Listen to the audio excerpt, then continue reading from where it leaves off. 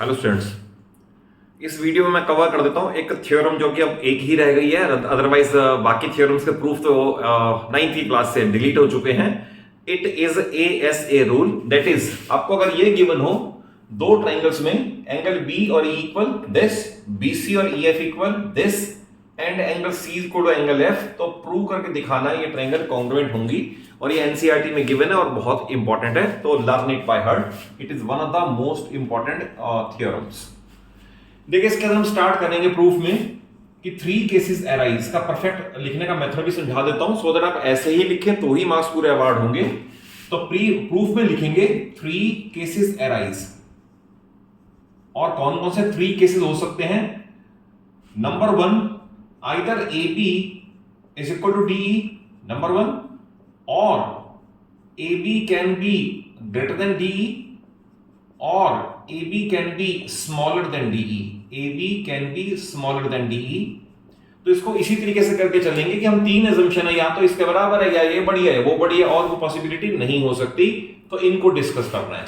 तो we will start if AB is equal to DE, अगर ये इक्वल है तो then we will write in triangle ABC and triangle DEF। अब इन दो ट्राइंगल में AB is equal to DE आप लिखोगे एज्यूम्ड, या लिख दो एज्यूम्ड, या मान लो बाय कंस्ट्रक्शन से, बाय एजम्पशन इसे एज्यूम किया हमने। Then angle B is equal to angle E, angle B is equal to angle E, ये वाला इट इज गिवन। और उसके बाद BC is equal to EF, और ये भी गिवन है। तो इससे पहले हमने, क्योंकि SAS एक्सियम पहले पड़ी हुई है, तो we can say side, angle और साइड, तो SS रूल सबसे पहले अप्लाई है क्योंकि एक्सियम है। तो therefore we can write therefore by SAS axiom और SAS rule triangle ABC congruent है ट्राइंगल DEF के। तो फर्स्ट केस में प्रूव हो गया। अब सेकंड केस में है if AB greater than DE। तो अगर मैं ये कह रहा हूं कि AB बड़ी है DE से, तो DE छोटी है, तो उसका कट यहां पर लगाया जा सकता है। तो अगर ऐसा है देन मार्क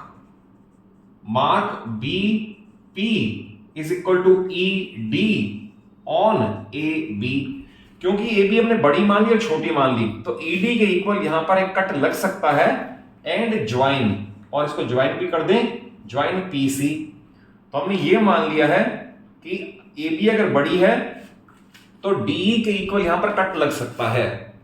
अब फिर स्टार्ट करें in triangle PBC and triangle DEF।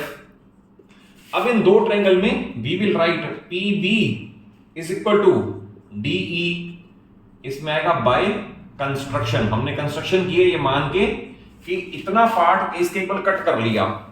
Then उसके बाद angle B is equal to angle E, इसके सामने फिर वही आएगा given. And then BC is equal to EF, तो ये भी गिवन है। तो अगेन अब इन दो ट्राइंगल के लिए PBC और DEF के लिए हम साइड एंगल साइड और साइड एंगल साइड से कॉन्ग्रुएंट प्रूव कर सकते हैं। Therefore by SAS rule triangle PBC, now PBC congruent triangle DEF।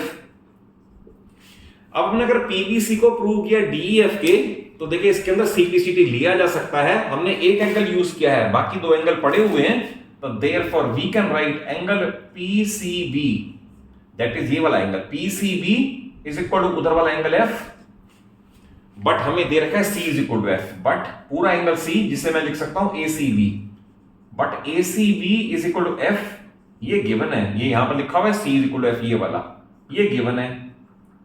तो एक बार मैंने कहा PCB is equal to F, एक बार कहा ACB is equal to F, तो इट इंप्लाइज दैट दोनों एंगल इक्वल हो गए। Angle PCB is equal to angle ACB। तो देखिए PCB है ये वाला और ACB है ये वाला, तो क्या ये दोनों इक्वल हो सकते हैं? ये नहीं हो सकते जब तक P इससे कोइंसाइड ना कर जाए। अब इसके बाद जो लैंग्वेज लिखनी है आप नोट्स प्रिपेयर कर लेना, मैं बता देता हूं सिर्फ। इसके बाद लिखा जाएगा which is not possible unless point P coincides with A, ये पूरा लिखना पड़ेगा।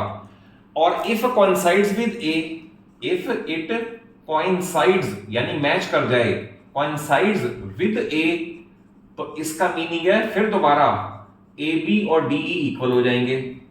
और अगर AB और DE इक्वल हो जाएंगे तो for this case we have already proved congruency, तो we will write for this we have already proved congruency of triangles, ये लिख दिया हमने। अब थर्ड केस में आपने दोबारा नहीं करना। अब आपने ये मान लिया कि जो कंस्ट्रक्शन इधर की थी वो इधर भी तो की जा सकती थी, तो हम सिर्फ लिख देंगे। तो सिमिलरली इफ थर्ड वाले केस में इतना ही लिखना है, इफ AB smaller than, अब ये वाला case, AB smaller than DE, then by same argument we can prove that, बस दोबारा नहीं करना हो तो उसको same argument we can prove that triangle ABC congruent triangle DEF, और लास्ट पे लिख दो कि hence in all cases, that is हमने ये assume किया था या तो इक्वल है या बड़ी है या छोटी है, और in every case congruency आती है, तो it is the perfect solution of ASA theorem which must be learnt by heart। और अगर कॉन्सेप्चुअली समझ आया हो, वीडियो अच्छी लगे तो जरूर अच्छा सा एक लाइक दे दो, अपने सभी फ्रेंड्स को शेयर कर लो, और अगर कुछ कहना चाहते हो तो कमेंट बॉक्स में जाकर जरूर कह दो। अगर कोई आपकी प्रायोरिटी है, सिलेबस वाइज है, क्वेश्चन वाइज, तो आप कह दो, तो उस क्वेश्चन को मैं पहले प्रोवाइड करने की कोशिश करूंगा। और चैनल सलूजा क्लासेस को जरूर सब्सक्राइब कर लो, आपको पूरी 9th और 10th मेरे चैनल पे पूरी फिजिक्स, केमिस्ट्री और मैथ्स इजीली अवेलेबल हो जाएगी। Thank you for watching the video.